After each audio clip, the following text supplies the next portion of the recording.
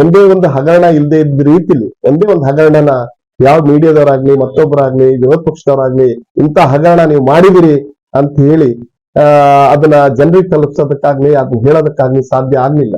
ಹಾಗಾಗಿ ಒಂದು ಹಗರಣ ಮುಕ್ತವಾದಂತ ರೀತಿಯಲ್ಲಿ ಹಗರಣ ಕಾಂಗ್ರೆಸ್ ಅಲ್ಲಿ ಇರ್ಬೇಕಾದ್ರೆ ಈ ಹಗರಣ ನಿಮಗೆ ಕಂಡಿಲ್ಲ.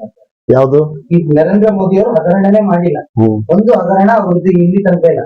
ಈ 10 ವರ್ಷದ ಹಿಂದೆ ಬಟ್ ಒಂದ್ 5 ವರ್ಷದ ಹಿಂದೆ ನೀವು ಯೋಚನೆ ಮಾಡ್ಬೋದಿತ್ತಲ್ಲ ಸರ್, ಒಂದ್ಸತಿ ನೀವು ಬಿಜೆಪಿಗೆ ಹೋಗ್ತೀನಿ ಅಂತಾನೆ ಹಠ ಇಟ್ಟು ಕೂತಿದ್ರಿ, ಏನೋ ಗೋಪಾಲ್ ಕೃಷ್ಣ ಬೇಳೂರವ್ರು ನಿಮ್ಮ ಮನವೊಲಿಸಿದ್ರು. ಹಾಗಲ್ಲ, ನಾನು ಟಿಕೆಟ್ ಆಗದೆ ಇದ್ದಂತ ಸಂದರ್ಭದಲ್ಲಿ ನನ್ನ ಆತ್ಮೀಯರು ಹಿತೈಷಿಗಳು ಬೆಂಬಲಿಗರು ಇಂಡಿಪೆಂಡೆಂಟ್ ಆಗಿ ನಿಲ್ಬೇಕು ಅಂತ ಹೇಳಿ ನಾವು ತೀರ್ಮಾನ ತಗೊಂಡಿದ್ವಿ.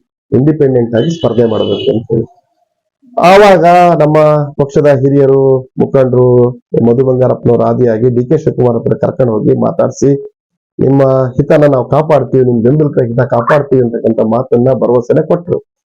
ಚುನಾವಣೆ ಆದ ನಂತರದಲ್ಲಿ ಅವರ ಭರವಸೆಗಳೆಲ್ಲವೂ ಸಹಿತ ಹುಸಿ ಆದವು. ಯಾವ ಸ್ಥಿತಿಗೆ ಹೋಯ್ತು ಅಂದ್ರೆ ನಮ್ಮ ಆತ್ಮೀಯರು ಹಿತೈಷಿಗಳು ಏನ್ ಪಾರ್ಟಿಲಿದ್ರು ಮನವಿ ಸಲ್ಲಿಸೋದಕ್ಕೆ ಶಾಸಕರ ಹತ್ರ ಹೋದ್ರೆ ನೀವು ಮಲ್ಲಿಕಾರ್ಜುನ್ ಹತ್ರ ಕೆಲಸ ಮಾಡಿಸಿ ಅನ್ನೋ ಹೇಳೋ ಸ್ಥಿತಿಗೆ ಹೋಯ್ತು ಅಂದ್ರೆ ಏನ್ ಹೇಳೋಣ, ನಾವೆಲ್ಲ ದುಡ್ದಿದ್ರಿಂದ ತಾನೇ ಇವರು ಶಾಸಕರಾಗಿದ್ದು.